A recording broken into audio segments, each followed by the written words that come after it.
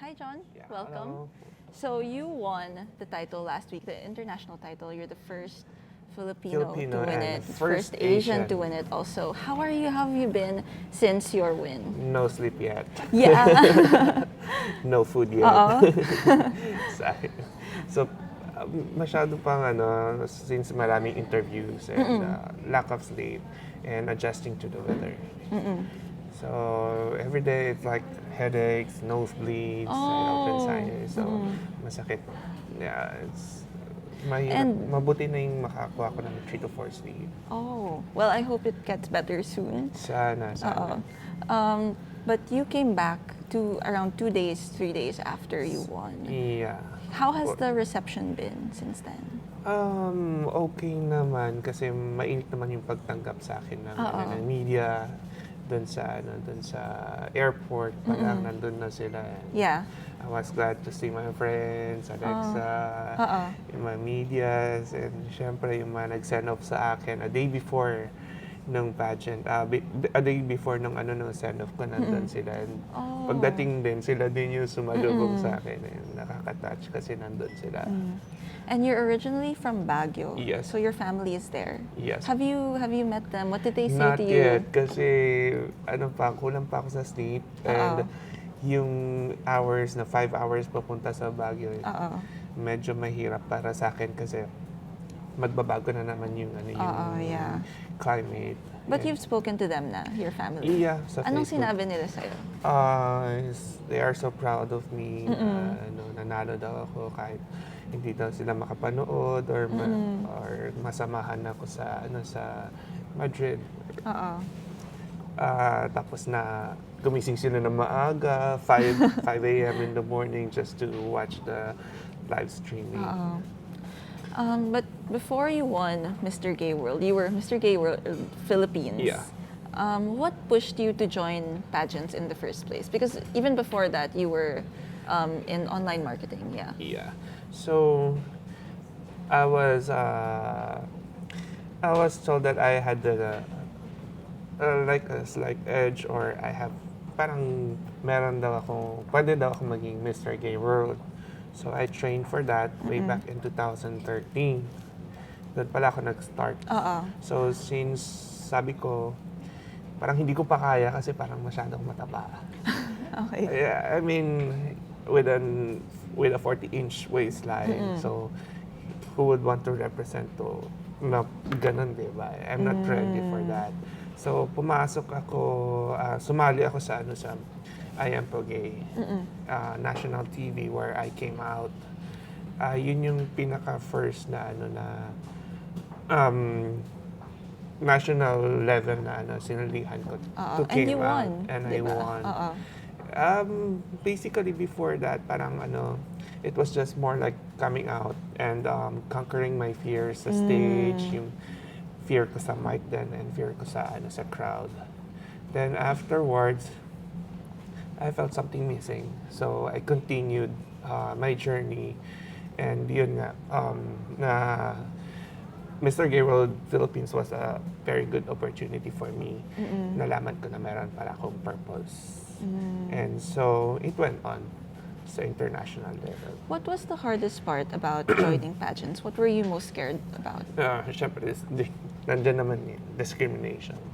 So apparently kasi dati, sa I Am Gay pa lang, marami ng discrimination. So, sabi nila, hindi daw ako gay. Baliktad na. So, hindi daw ako gay. So, I was just in it for the money, something like that. Or I was just in for the fame. Pero yung, parang, pinakita ko sa kanila kung sino ako. And the massa like me.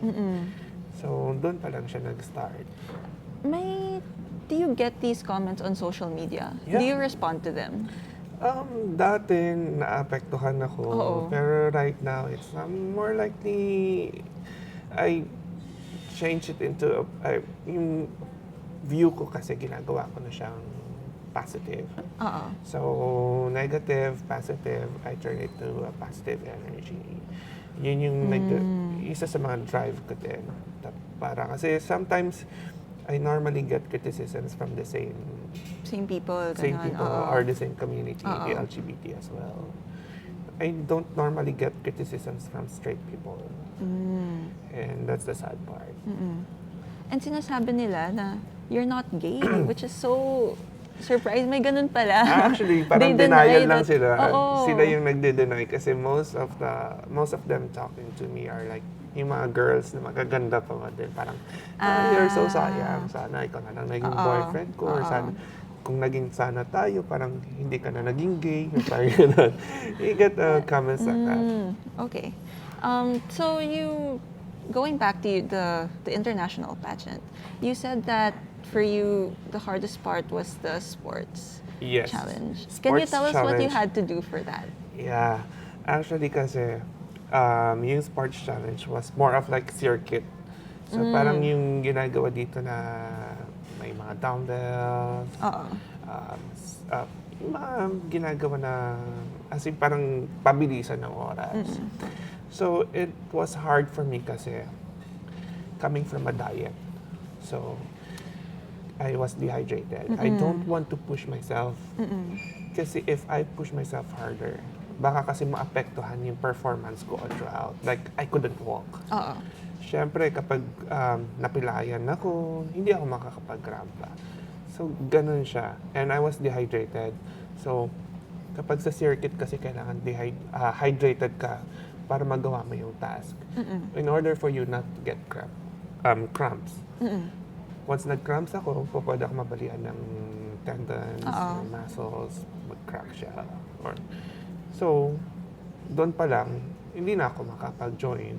Like for example, last year kasi si Switzerland, nagkaroon siya, na-injure siya. So, he couldn't pursue with the Okay. pageant. And aside from sports, there's a lot of different categories that go into the pageant. So normally kasi what we usually see lang on TV is the evening National wear, costume. the swimsuit, and then the top 5, top There 15. are ganun. 13 challenges. Oo. So kasama na doon yung photogenic, congeniality, online vote, social media, closed door interview. Yeah. And then there's also a written test. Yeah. Yeah. It's supposed to be like, for the tour, you have to be attentive enough. Kasi doon sasabihin, like for example, doon sa history ng Madrid, Mas Palomas, yan. Oh, so the kailangan written attentive test is ka. about Spain. Yeah. It's Oh, about because Spain. the pageant was held in Spain. And also current events. Okay. And then you also said when you arrived at the airport, you said that what made the judges notice you, or what you think that made the judges notice you, was your Q&A. Yeah, yung Yeah. closed door interview kasi. Oo. Anong tinanong sa'yo? Maraming tanong eh. Oo. At first kasi, you have to introduce yourself. Tapos yun, from the introduction, dun sila magtatanong. So, we were only given like 10 minutes.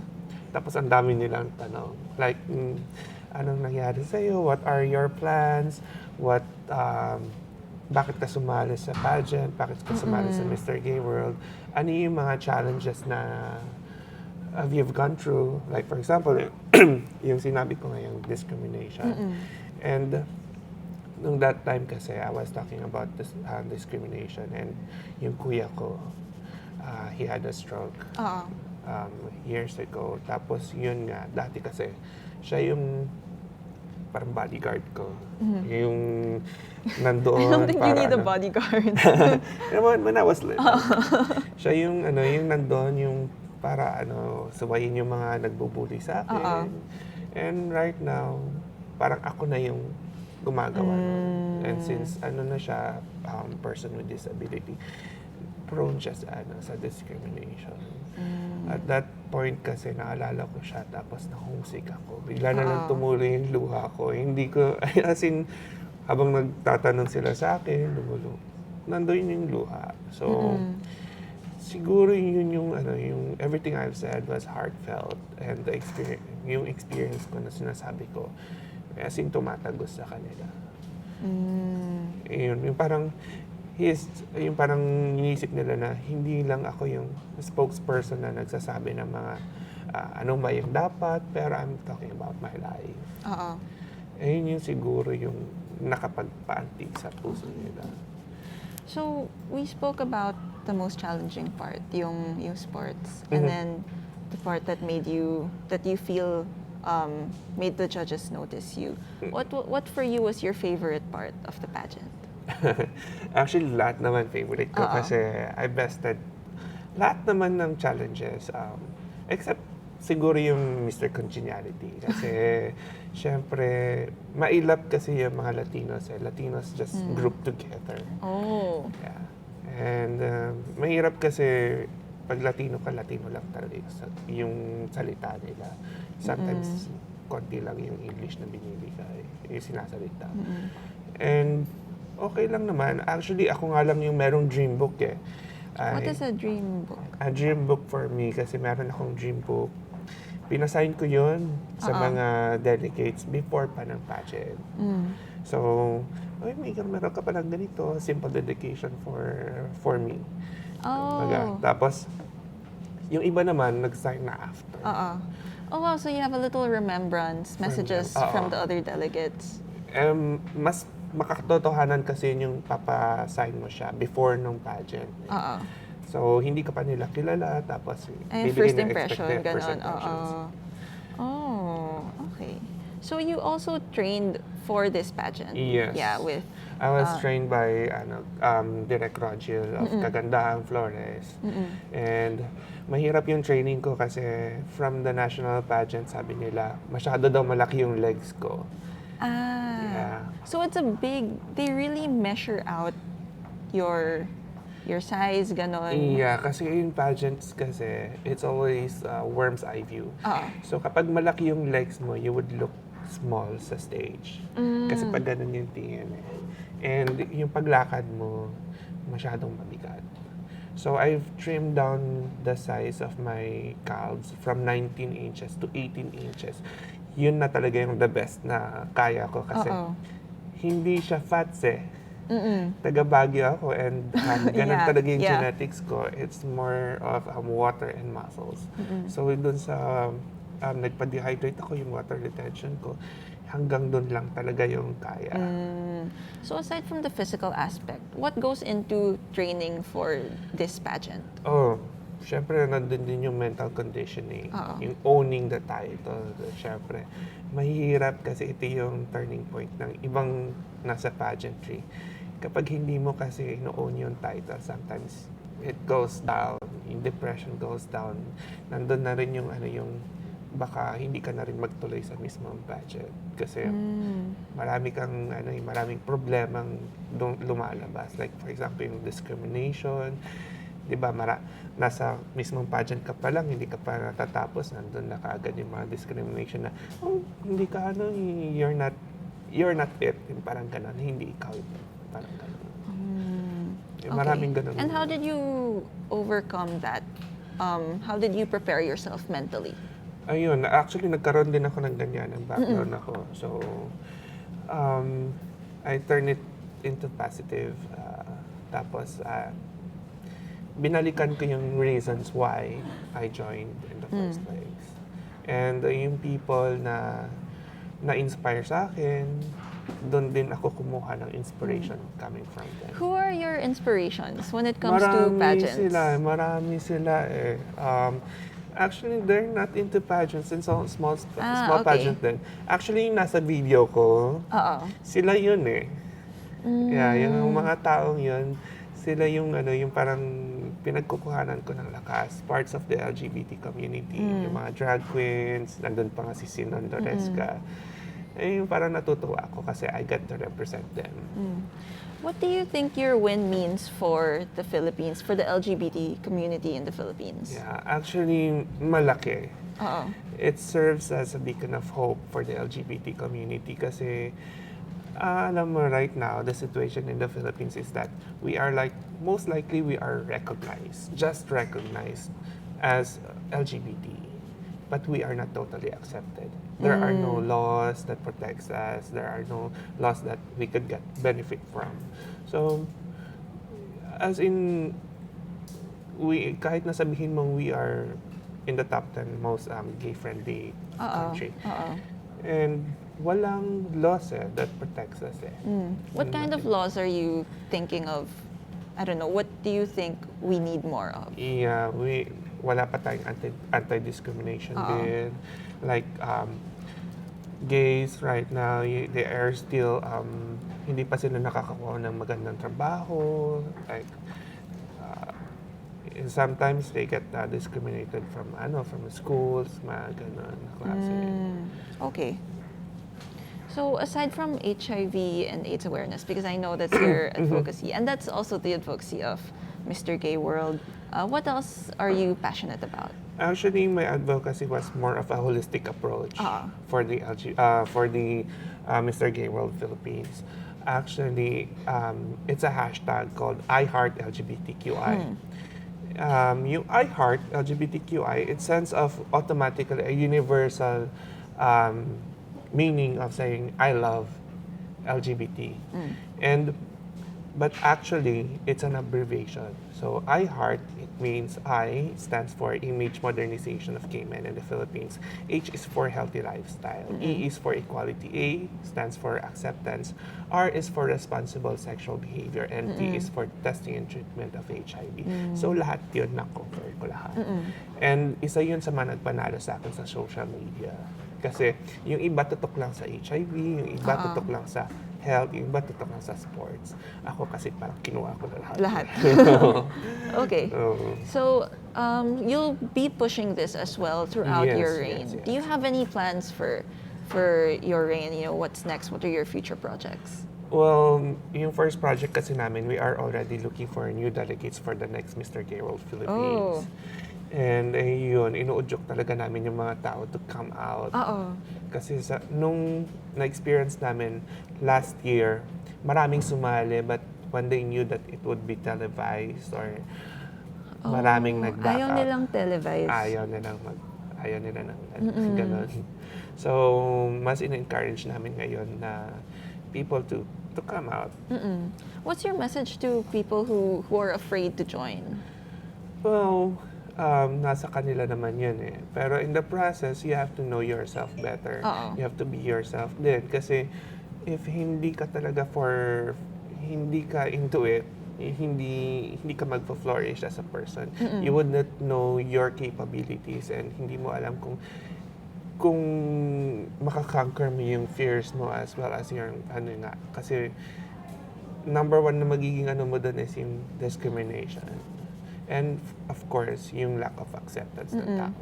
And aside from joining pageants, it's also, I think, of course, coming out and being in a pageant is scary. But being, just coming out in itself is scary. Do you have any advice for people who maybe are afraid or they're afraid of judgment from their family or... Yeah. Meron akong na-counsel dati.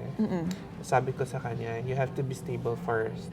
Kung talagang takot kang mag-out, you have to be stable first bago ka mag-come out. Kasi stability kasi would mean that yung family mo would judge you if you're not stable eh. Sasabihin nila, magka-come out ka, baling ka, tapos hindi ka naman stable, wala kang work, wala kang pinag-aralan, wala kang ganito. It helps kasi if stable ka na eh. Parang nakakatulong ka na sa family. Nakakatulong ka na sa family. Okay na, anak, na-understand ko kasi tumutulong ka naman sa amin, ganyan. So, mas okay mag-come out if you are stable. Para sa akin. So, is that your personal experience? Yeah, personal experience. Okay. Kasi it's better kasi if you want to be independent, ganun talaga. Pero kung dependent ka, mahirap talaga mag-out. Talaga? Yeah. Okay. Why is that so? Kasi pag dependent ka, sasabihin mo na it's not likely that you get the good impression kaagad. Kasi kapag independent ka na, it means that alam mo na yung gagawin mo. You would know how to decide for yourself. Okay.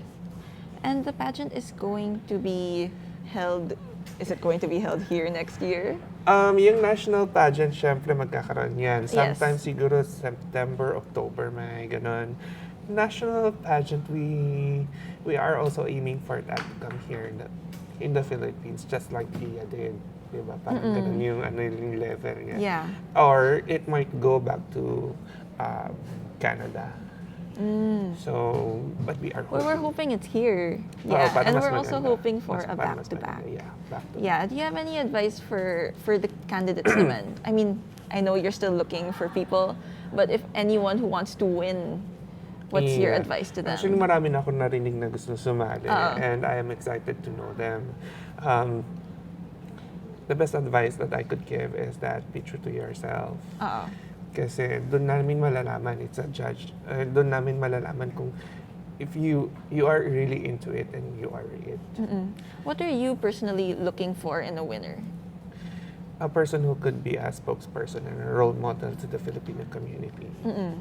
So, ako kasi, I've set an example for already na sinasabi nila na they get inspiration from me. Parang ganun.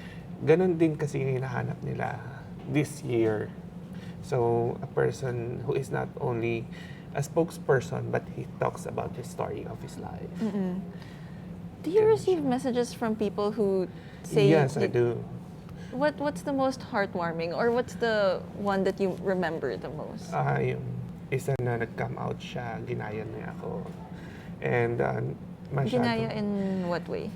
Sumali siya sa pageant din, ganyan. Okay. Tapos although it's not that big, pero yung parang it's very heartwarming kasi yung pag-come out niya is ina-accept siya kaagad ng mga magulang. Okay. So we're hoping for a back-to-back win next year. Yes. Will you be judging? Will you be hosting? Will you? I might- Well, you will be crowning your successor, Yes, so you can't of course, judge. I'll be reigning. So, I might be a judge, I might be a host. Pero depende yun kay sa national director namin, si Wilbert Tolentino, na birthday niya ngayon. And greet ko na lang siya. Happy birthday po, Sir Wilbert Tolentino po. Ayun. Okay. And what are your plans for the next year?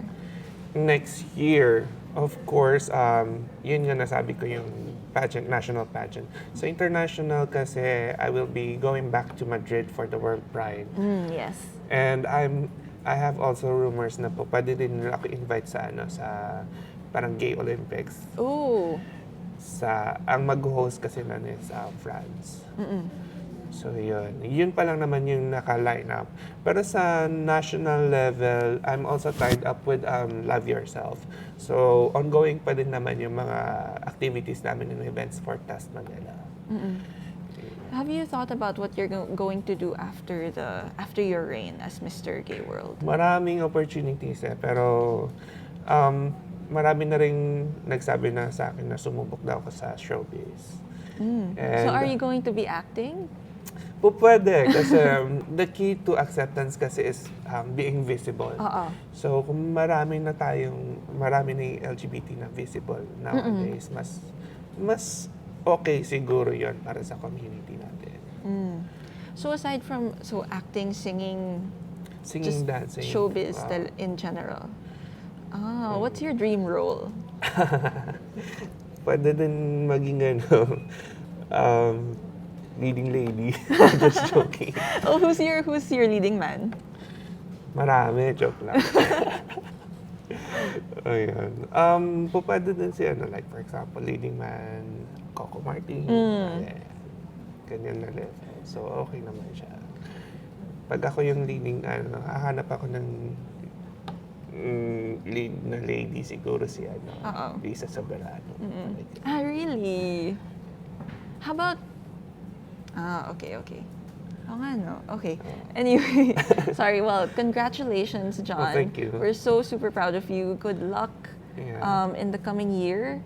And yeah, thank you. Thank you so much for coming. I would like also, pwede ba ako mag-greet? Yeah, of course. Yeah, I would like to greet yung director po namin ng International Mr. Gay World, si Eric Batter po. And sa national director po namin, na birthday nga po niya ngayon, si Mr. Wilbert Tolentino.